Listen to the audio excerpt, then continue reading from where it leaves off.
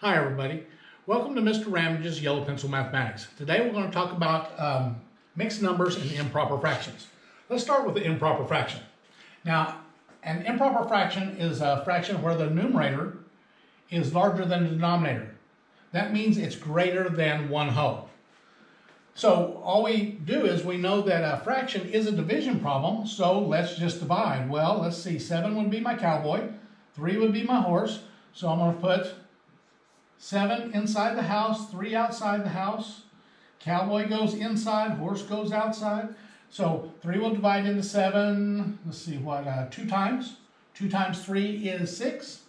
7 minus 6 is 1. So all I have to do now is I use my divisor, my 3. See, it was also my denominator over here. It's going to continue to be my denominator right here.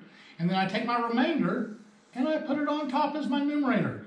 So 7/3 is equal to 2 1/3. Now let's do one more together real quick. Let's do 5 halves. So set up a fraction box, put 5 inside, 2 outside. 2 will go into 5 2 times. 2 times 2 is 4. 5 minus 4 is 1. We have a denominator of 2 and a numerator of 1. 5 halves equals 2 1/2. It's just that easy.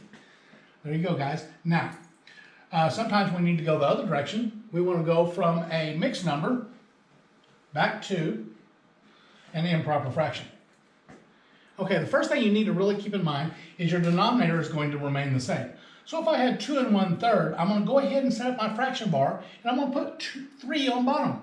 3 denominator here, 3 denominator here. Now all I've got to do is multiply 3 times my whole number. 3 times 2 is 6, and then add that numerator, plus 1 is 7.